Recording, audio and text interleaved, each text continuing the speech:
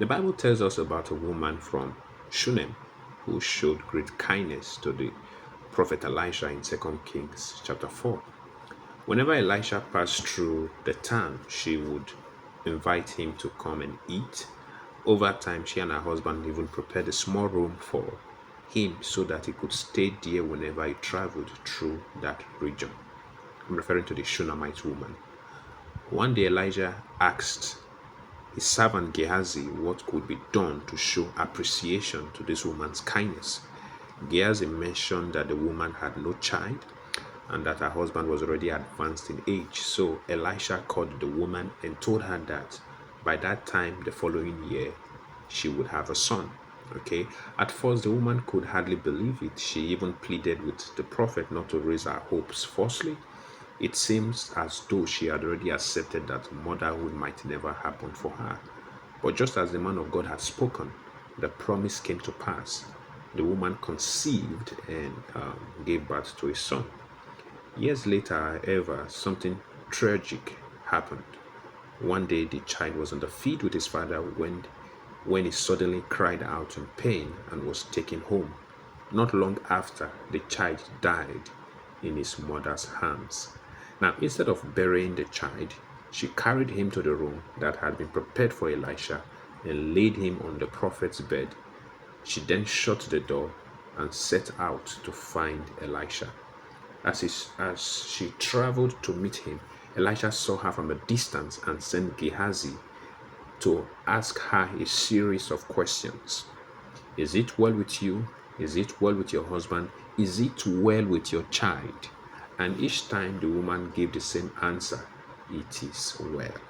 Now think about that for a moment. Her child had just died, yet she kept saying, it is well. This was not denial of reality, it was the language of faith. Okay, somewhere deep in her heart, she believed that the God who had given her that child could restore him again.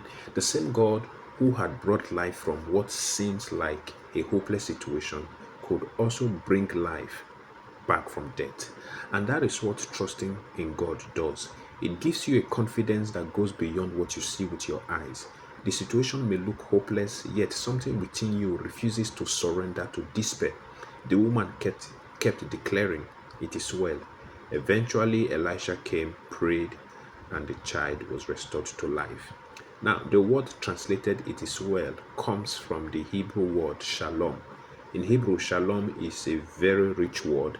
It does not simply mean okay or fine. It carries a much deeper meaning, including peace, wholeness, completeness, well-being, everything being in harmony or restored.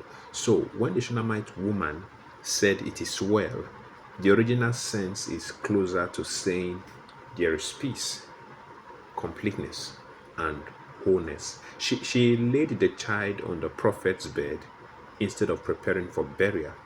This shows that she had not accepted death as the final outcome. She refused to speak despair.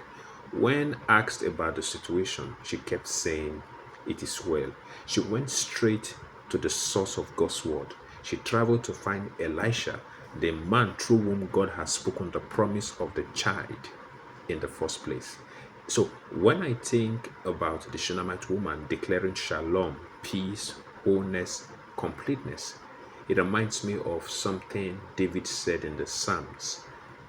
David once wrote, I would have lost heart unless I had believed that I would see the goodness of the Lord in the land of the living. From the tone of that psalm, it is clear David was going through a difficult season.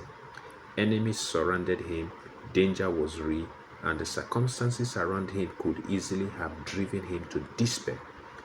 Yet David said he would have given up if he had not believed that he would see the goodness of the Lord. In other words, the situation he was facing was severe enough to make him lose hope under normal circumstances. Anyone going through such pressure might have surrendered to discouragement. But David refused to let the situation determine his outlook. His trust in God changed how he responded to the circumstances around him. When you trust God, you do not become a victim of your circumstance. Whenever we face difficult situations, there is always something the enemy expects. The enemy expects the situation to defeat us. He expects us to compromise. He expects us to give up on God. He expects us to lose faith, curse God, or take matters into our hands. Sometimes he even hopes that the pressure will push us to seek ungodly solutions or step outside the will of God.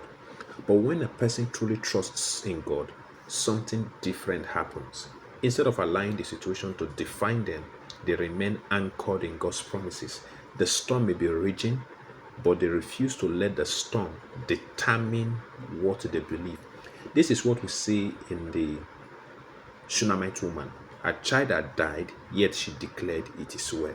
She was not ignoring reality, as I said earlier, but she refused to let the situation speak louder than her faith in God. In the same way, trusting God does not mean denying the presence of a storm. It means refusing to allow the storm to have the final word. So when circumstances says one thing, faith declares another. When there is chaos, faith speaks. Faith says, "Peace be still." When sickness appears, faith remembers that by his stripes we are healed. When lack arises, faith remembers that God is Jehovah Jireh, the Lord our provider. Trusting God prevents difficult circumstances from changing who we are. The trials may come, but they do not reshape our character into something contrary to God. They do not push us into compromise. Instead, we remain firm in our trust. And that is what the Shunammite woman was doing when she said shalom. She was declaring God's word over her situation. She was speaking peace, wholeness, and restoration even before she saw the miracle. That is what trusting God does. It enables a person to stand firm, speak faith, and hold on to God's promises even when the circumstances says otherwise. God bless you.